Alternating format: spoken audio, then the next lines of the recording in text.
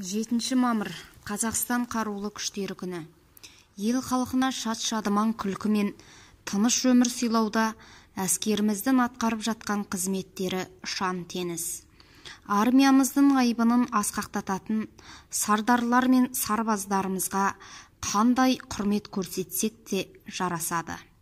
Біз осындай жандардың ержүрек істеріне сый құрмет көрсете отырып, олардан өнеге алып өсетін жас ұрпақ отанына адал қызмет етеді деп сенеміз.